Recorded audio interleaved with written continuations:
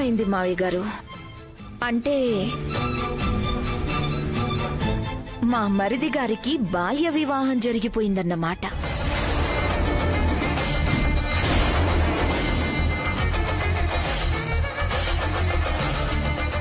అంటే ఇప్పుడు మరిదిగారు ఇద్దరి పెళ్ళాల ముద్దుల మరిదిగారన్నమాట.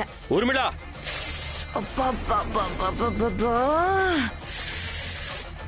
ఎందుకంత గట్టిగా అరుస్తున్నారు? ఈ భయంకరమైన నిజానికంటే నీ అరుపులు వినడమే కష్టంగా ఉంది. అయినా ఇప్పుడు నేనేం తప్పు మాట్లాడాను? చిన్నప్పుడే తాళి పడింది కాబట్టి స్రవంతియే భార్య కదా, అందుకే తాళి తీయలేదు కదా.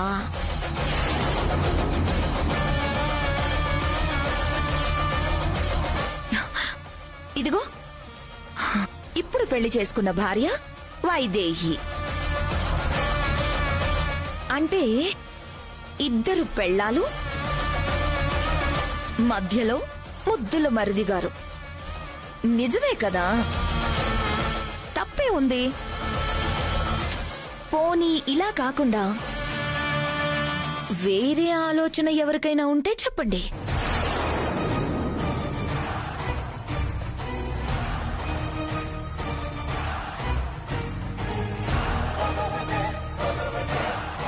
అంటే మావయ్య గారు మాట ఇవ్వడమే కాకుండా ముందే పెళ్ళైపోయింది కాబట్టి స్రవంతి మాత్రమే భార్య అవుతుందా?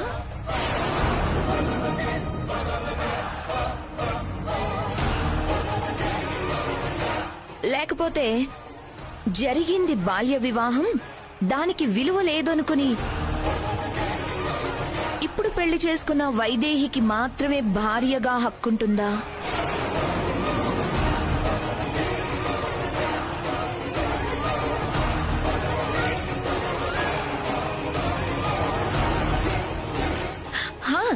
ఇంకో ఆప్షన్ ఉంది.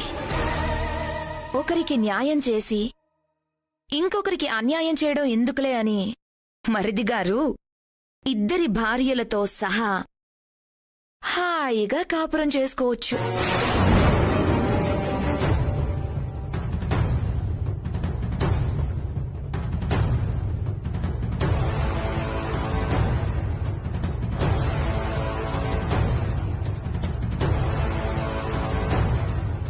మావయ్య గారు, ఇప్పుడు చెప్పండి, ఏ ఆప్షన్ బెటర్ మావయ్య గారు?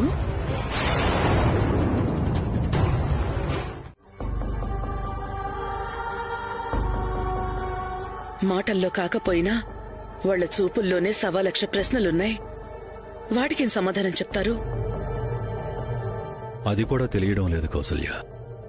ఒకరిని నా ఇంటి కోడల్ని చేసుకుంటానని మాటిచ్చాను, ఇంకొకరికి నా చేతులతో పెళ్లి చేసి కలకాలం సంతోషంగా జీవించమని ఆశీర్వదించాను. ప్రాణం కన్నా ఎక్కువైన మాటకి కట్టుబడి ఉండాలా? ఆశీర్వదించిన ఈ చెయ్యికి కట్టుబడి ఉండాలా? ఏమీ అర్థం కావటం లేదు కౌసల్య.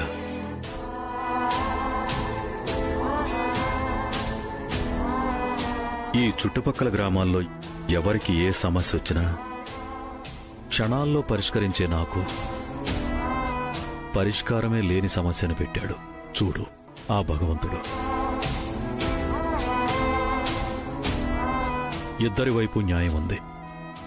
ఏ ఒక్కరి వైపు తూగినా మరొకరికి అన్యాయం జరిగిపోతుంది. మావయ్య, రామ్మా.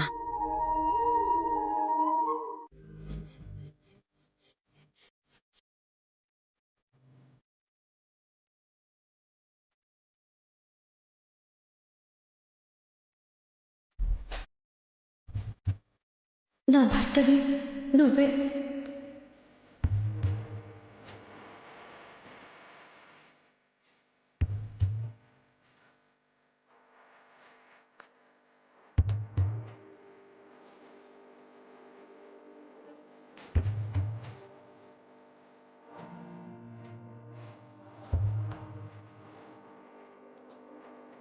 కూర్చో.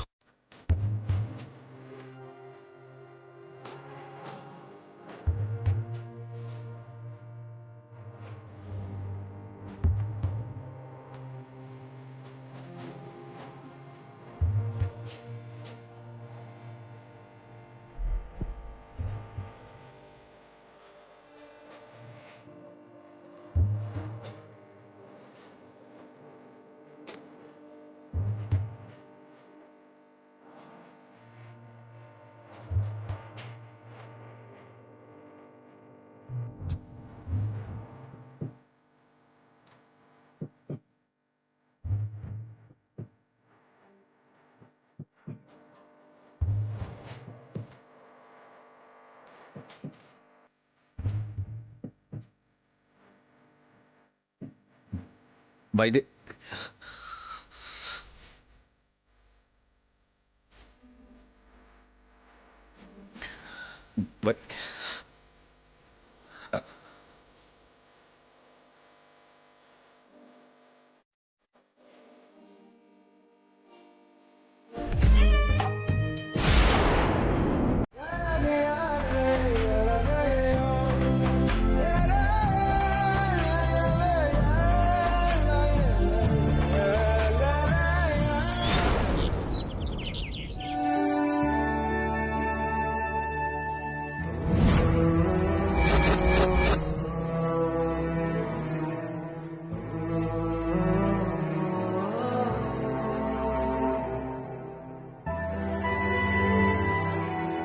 అబ్బబ్బబ్బబ్బా, ఈ గదిలో మనుషులు, వాతావరణం ఎలా ఉంటుందనైతే ఊహించానో అలాగే ఉంది.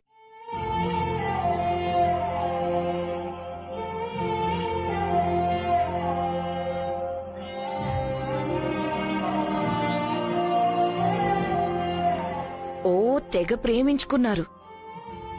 దేవుడు చేసిన మనుషులు, తేనె మనసులు, ప్రేమకి ప్రతిరూపాలు అనుకున్నారు కదా.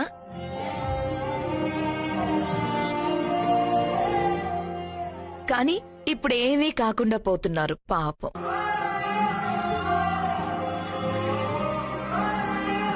ఇలా జరుగుతుందని అస్సలు ఊహించలేదు కదా. జీవితం అంటే అంతే, ఒక్క క్షణంలో మొత్తం తలకిందులవుతుంది. మా ఆయన వీల్ చైర్లో ఉన్నా, ఎందుకు పనికి రాకుండా పోయినా నాకు ఈ ఇంటి పెద్ద కోడలని ఒక టైటిల్ ఉంది. మరి నీకు?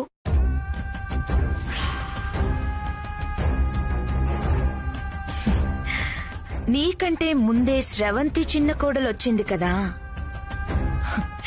ఉన్న చిన్న కోడల పోస్ట్ కూడా డౌట్లో పడింది.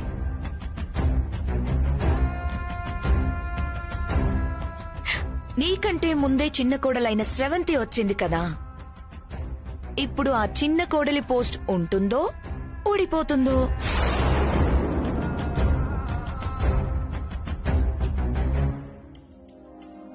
వదినా,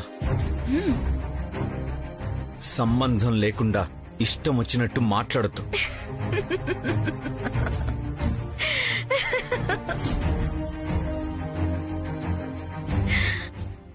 సంబంధం లేదా? ఏం మాట్లాడుతున్నారు మరిది గారు? నాకు ఈ ఇంటికి సంబంధం ఉంది. నేను మాట్లాడే మాటలకి మీకు సంబంధం ఉంది.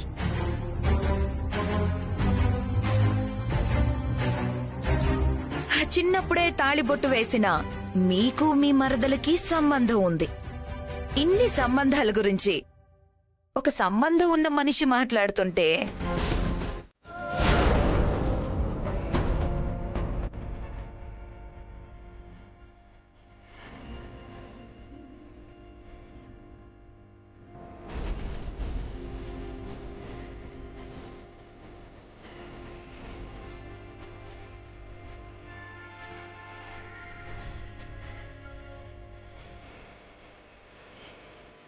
అందరూ వచ్చేశారు. చూడండి, మనమే ఆలస్యం.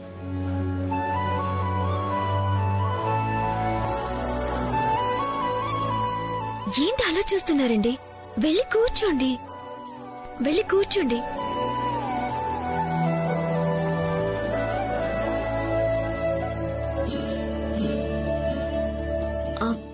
స్రవంతి ఎక్కడా? భోజనానికి రాలేదా? ఏంటో మనసు బాగోలేకపోతే కడుపు మార్చుకోవాలని చూస్తారు. నేను పిలుచుకొస్తానండి.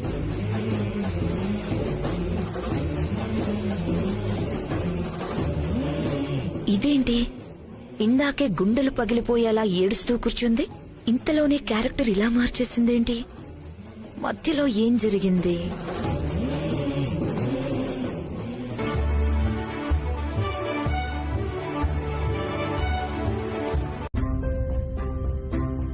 అయినా ఈ ఇంట్లో నీకు అన్ని హక్కులు ఉన్నాయి. ఇక్కడ ఆస్తుల మీద, మనుషుల మీద కూడా.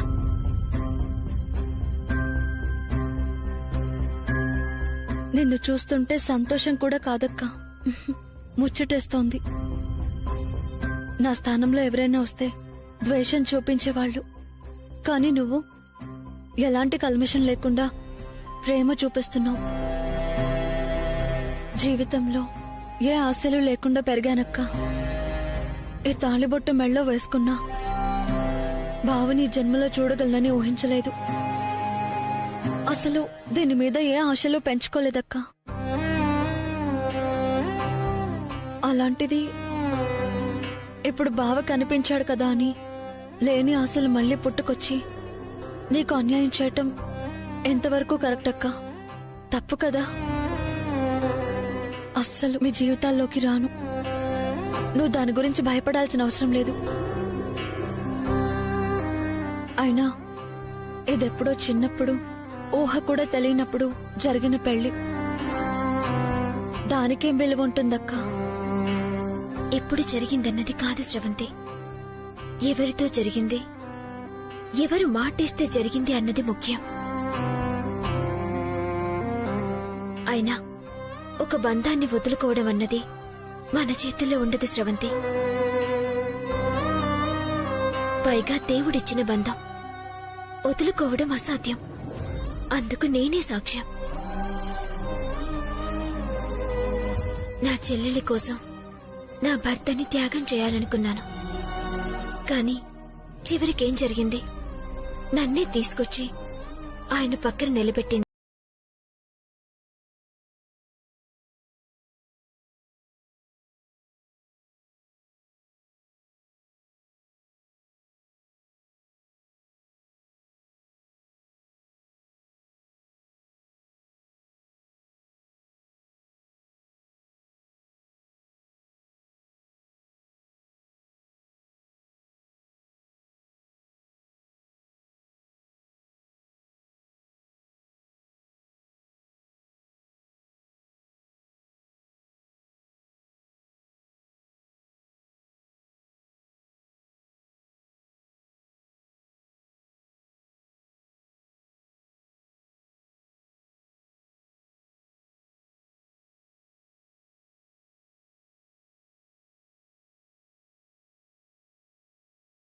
పాలు తాగి పడుకో.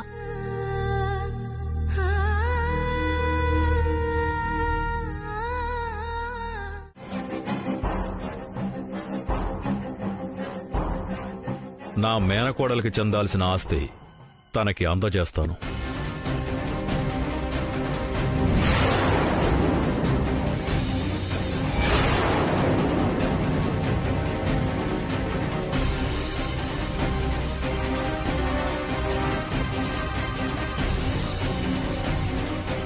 ఆస్తులేంటి మావయ్య గారు?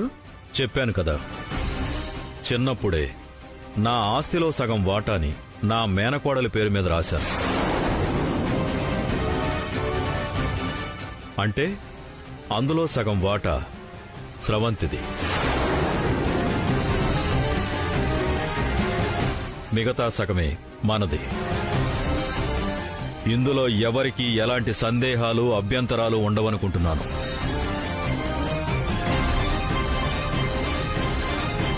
ఎవరేమనుకున్నా మనకేంటండి? అయినా ఇక్కడ ఆస్తుల గురించి ఎవరూ ఆలోచించట్లేదు. ఆలోచించినా ప్రయోజనం లేదు. కాబట్టి దృష్టంతా సమస్య మీద ఉంచండి. ఎవరికీ బాధ మిగలకుండా, ఎవరికీ నష్టం కలగకుండా ఈ సమస్యకి ఒక పరిష్కారం దొరికితే అంతే చాలు. తప్పకుండా దొరుకుతుంది కౌసల్య.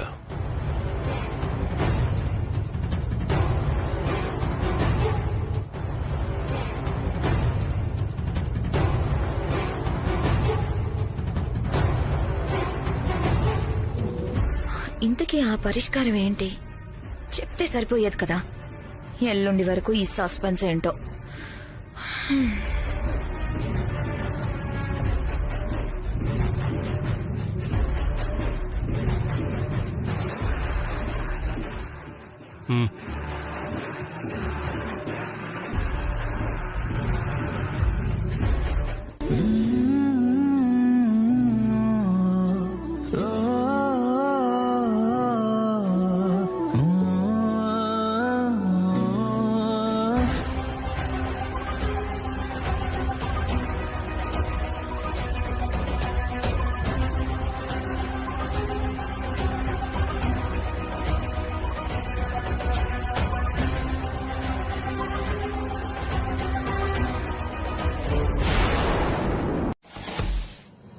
ఊర్మిళ, నువ్వు ఇంతకు ముందులో నాకు సపోర్ట్ చేయడం లేదు.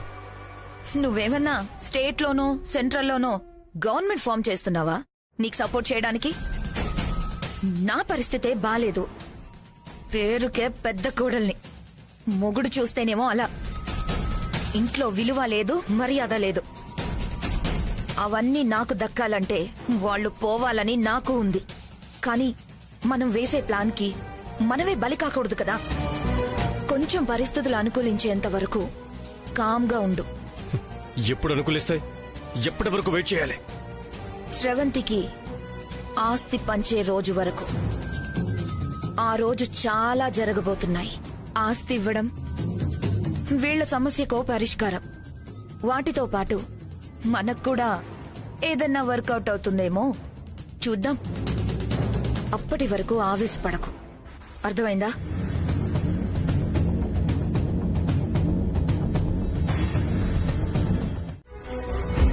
ఏ ఆగు. ఎక్కడికో వెళ్తున్నట్టున్నా? అవునక్క, చిన్న పనుంది.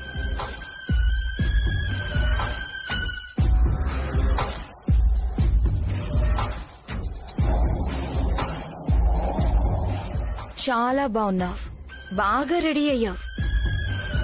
థ్యాంక్స్ అక్క.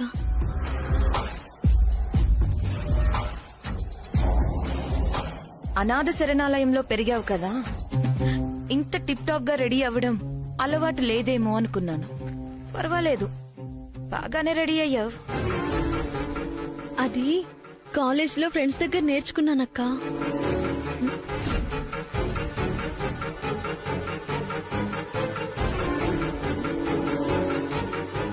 ఇదేంటి, టాటూనా? భలే ఉందే.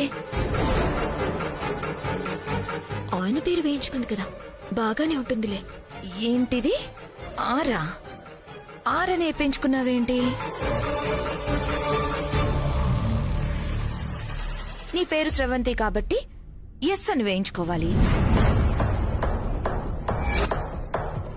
లేదా మీ ఆయన పేరు దేవాంశ్ కాబట్టి డి అని వేయించుకోవాలి. ఆరని వేయించుకున్నావేంటి?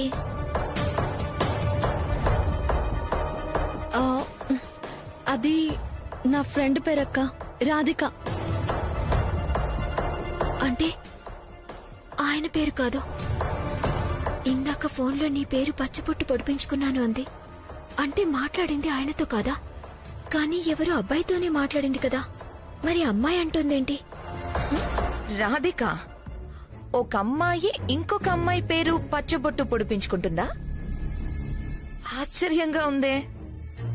అనాథ శరణాలయంలో పెరిగాను కదక్కా. అక్కడ మాకు మేమే అక్క, చెల్లి, అమ్మ, నాన్న అన్నీ మేమే అక్క. తను నా పేరు పచ్చబొట్టు పొడిపించుకుంది. నేను కూడా తన పేరుని పచ్చబొట్టు పొడిపించుకున్నాను. అంతేనా? లేకపోతే పచ్చబొట్టు పొడిపించుకునే అంత క్లోజ్ గా ఉండే అబ్బాయిలు ఎవరైనా ఉన్నారా? అంటే ఇక్కడ ఆల్రెడీ బావతో పెళ్ళయింది కదా, ఇంకెవరైనా ఉంటే ఇబ్బంది అవుతుందని.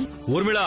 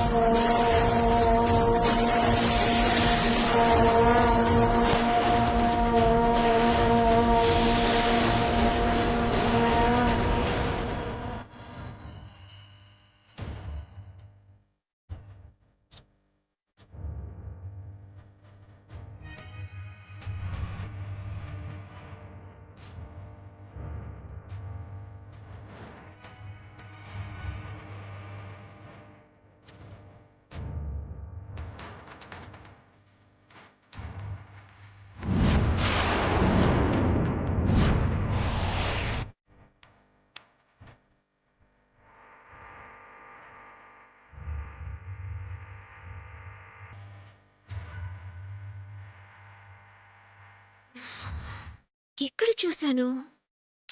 ఇక్కడ చూశాను.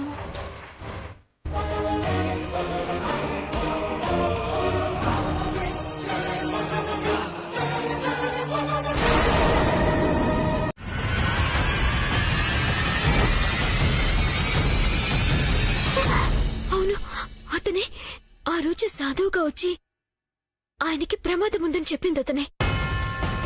ఈ బట్టల్లో ఉన్నాడేంటి? అంటే ఈయన సాధువు కాదా? అంటే ఆ రోజు ఆయన చెప్పింది నిజమే కాదు. అసలు ఈయనెవరు? ఎందుకు సాధువు వేషంలో వచ్చి నాతో అలా చెప్పాడు?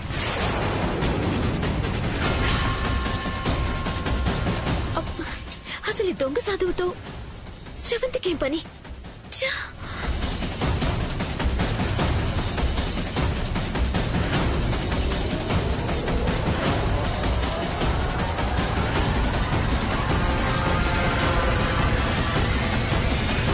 ఆ దొంగ స్వామిని కలిసింది కాబట్టి ఈ శ్రవంతి కూడా దొంగదే. అందులో ఏ అనుమానము లేదు. అయినా వీళ్ళిద్దరికేంటి సంబంధం?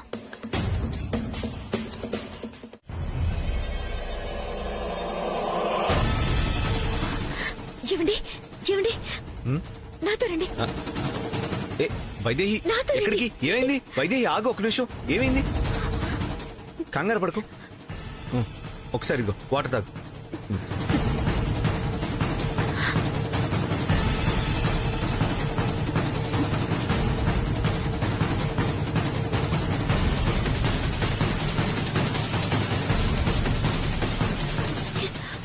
అది ఆ కంగారేంటి, ఆయాసపడ్డం ఏంటి? ఏమైంది?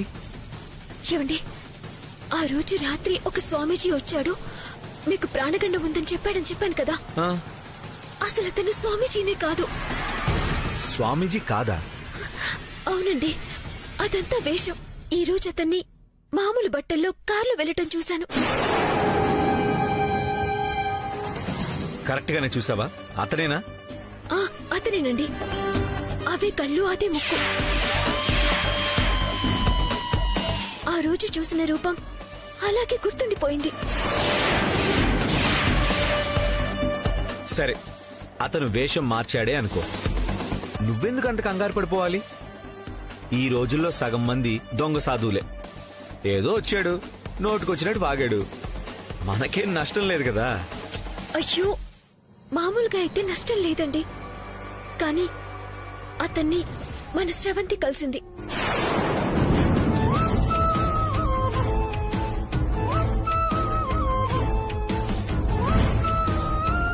శ్రవంతి కలిసిందా?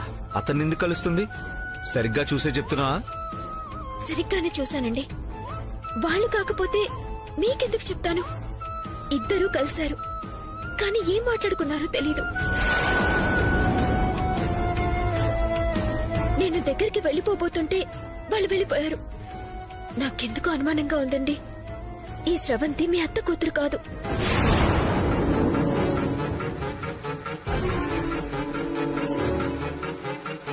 సరే, అతనెవరితోనో మాట్లాడిందే అనుకో. దానికి వేరే కారణం ఉండొచ్చు. అంత మాత్రాన తను మా అత్త కూతురు ఎందుకు కాకుండా పోవాలి? ఎందుకంటే తన ప్రవర్తనలో చాలా తేడా ఉందండి. నిన్న జరిగిన దానికి మనతో పాటు తను కూడా చాలా బాధపడింది. భోజనం కూడా చేయలేదని పాలు తీసుకెళ్ళిచ్చాను కదా. కానీ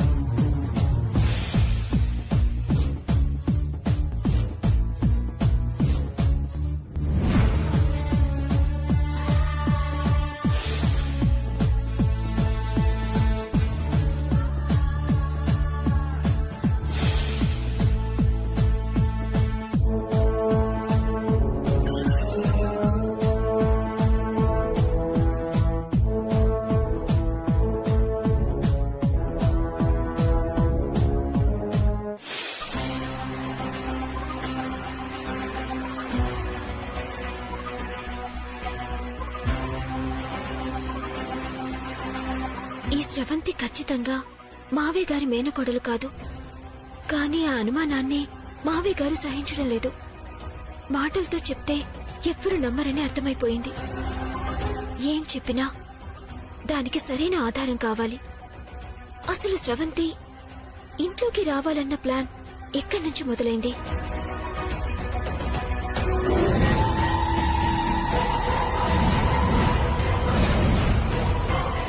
నేను ఇంటి మేనకోడలు కాదని నువ్వు తలకిందులుగా తపస్సు చేసినా నిరూపించలేవు వైదేహి. ఎందుకంటే మన ఎంట్రీని పక్కా ప్లాన్ తో చేసింది. అక్క వచ్చేస్తున్నారు.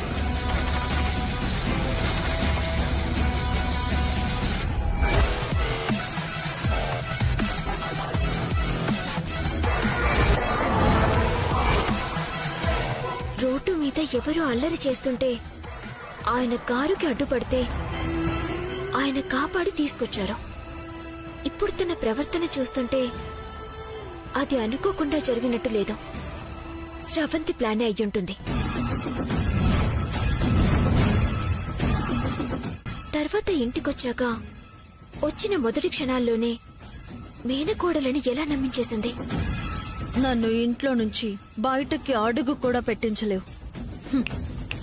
ఎందుకంటే నేను వేసిన మొదటి అడుగే అంత బలమైంది.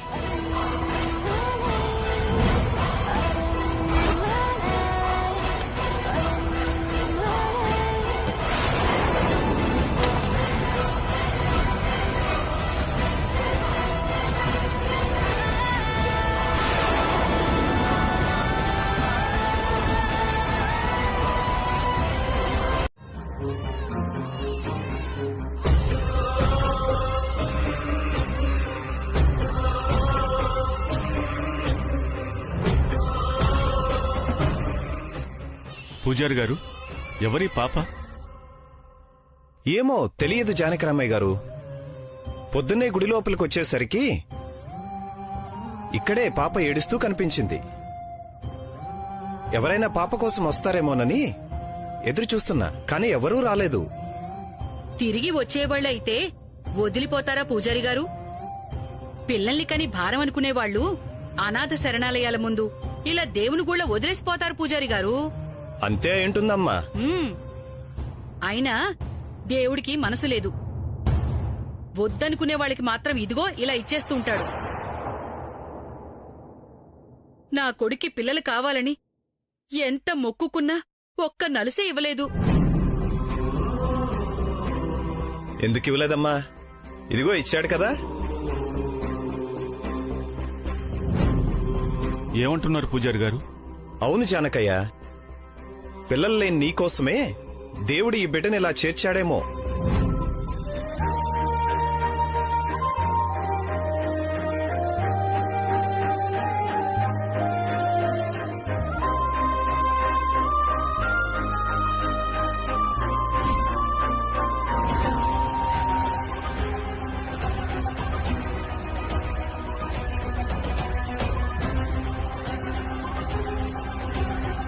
బంగారమే నాకోసమే వదిలి వెళ్ళినట్టున్నారు.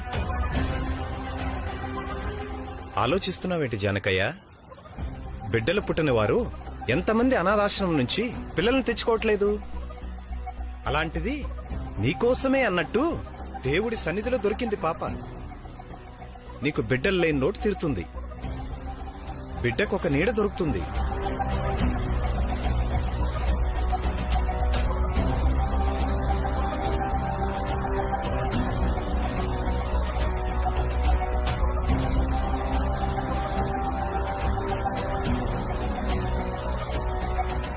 నిజమే పూజారి గారు, కానీ పాప కోసం తర్వాత ఎవరైనా వస్తే? అమ్మ చెప్పేవాళ్ళు వచ్చేటట్టయితే ఈ పాటికి వచ్చేవాళ్ళు కదా. మీరు తీసుకెళ్ళండి. మాకెందుకు? తీసుకోండి. నా కొడుక్కి రేపో మాబో పిల్లలు పుడతారులే. పదరా రా. ఆగమ్మా. పాపం పసిబిడ్డ, ఎవరూ లేరు. ఇలాంటి పరిస్థితుల్లో దొరికితే పిల్లలున్నా సరే తీసుకెళ్లి పెంచుకోవటం బాధ్యత. అలాంటిది పిల్లల్ని నా కోసం ఆ దేవుడిస్తుంటే ఎలా వదిలేసి వెళ్ళగలను? అది కాదురా నేను నువ్వు చెప్పేది. ఇంకేం చెప్పకమ్మా. నా అదృష్టం కొద్ది దొరికింది. నా బిడ్డే.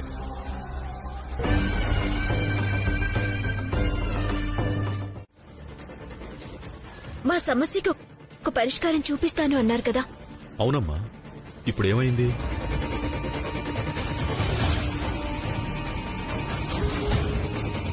నీకన్నా ముందు నేనే ఒక పరిష్కారం ఆలోచించాను.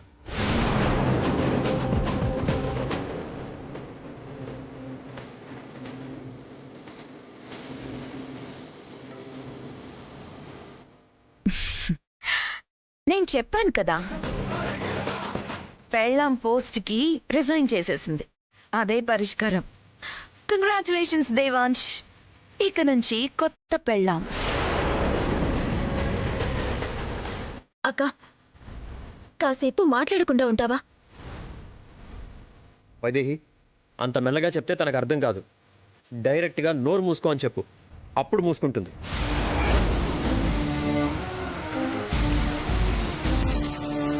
పరిష్కారం అంటుంది. ఏం పరిష్కారం? గుళ్ళో చూసింది కదా, దాని గురించి ఏమైనా చెప్తుందా? చెప్పినా ఏమని చెప్తుంది? అనుమానంగా ఉంది అంటుంది.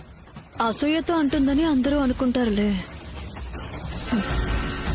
చెప్పమ్మా, ఏంటా పరిష్కారం? మీరు చిన్నప్పుడు మీ మేనకోడలతో ఆయన పెళ్లి జరిగింది అన్నారు. అవునమ్మా.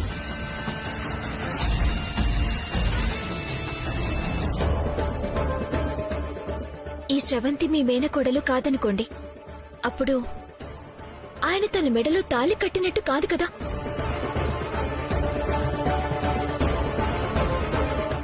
అప్పుడు తను ఆయనకి భార్య అయ్యే అవకాశమే లేదు కదా.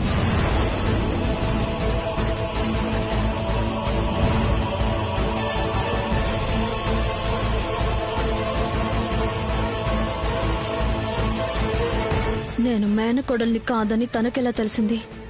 ఏ ఆధారం ఉందని మాట్లాడుతుంది?